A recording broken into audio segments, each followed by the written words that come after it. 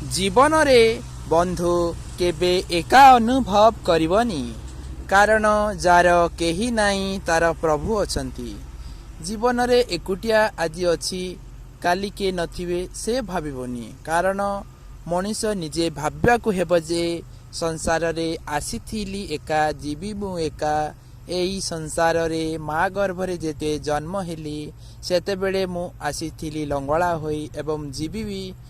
मु शून्य पथ होई कारण मोर शेष बंधु होउची मोर एई मशाणी कारण जीवन रे शांति एवं मन को अर्थात स्थिरता रखिबा पई आपण माने निजे माने चिंता करंतु माने मु निजे माने मोर चिंता माने मु जहा भाबीची मो हृदय कथा कहूची आपण दिने बुलिबा को सब जगह जाउचंती किनु आपण मशाणी की जानतु थरे देखिबे आपण भी दिने एई मशाणी जगह को आसीबे तेणु आपणकर शेष बंधु होची एई 6 खंड काठ एवं जो आपण मला परे जो पोड़ा हेबे ना अर्थ सब हैला परे जो पोड़ा हेबे ना मु कहूची किछ खराब भाबिनी माने जो पोड़ा हेबे सेई ही हमर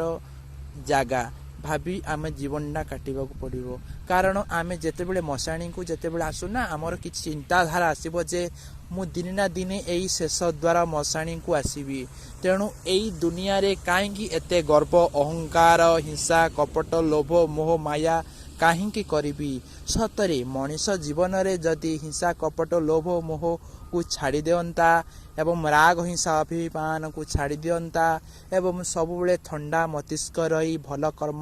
भल उपर उपकार एवं जहा किछि भल काम करंता केते मनीष सरलिया एवं सुंदर तार जीवनटा बहुत सुकुमार हो जाता। तेणु हे बंधु माने आपण केबे जीवन रे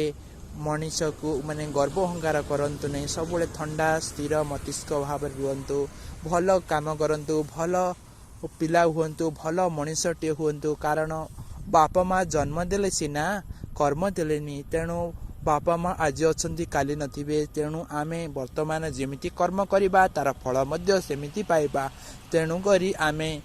भल कर्म करिबा एवं तार फल भी भल पाइबा किंतु समय को आमे अपेक्षा करबा को पड़िबो कारण श्रीकृष्ण अर्जुन को कहिथिले कर्म करि चले फलर आशा छाड़ी दे कारण फल समय आसिले अवश्य प्रतिफल हेबो कारण तू फल आशा करिले तत तो मिल जाउनी ना मिल जाउनी तेणु समय को अपेक्षा करे फल अवश्य मिलिबो तेणु संसार को आमे आसीचंती भगवान देइचंती हाथ भल कर्म भल दान धर्म करिबो पाद देइचंती भगवान तीर्थ व्रत अतिक्रम करिबो आखि देइचंती भल जिंस देखिबो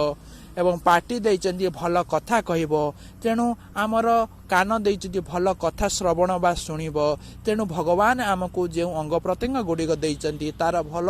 उपकार एवं भल कर्म रे उपयोगी कर कारण आमे जेमिति कर्म करिबा आमर प्रतिफल सेमिति हबो कारण आमर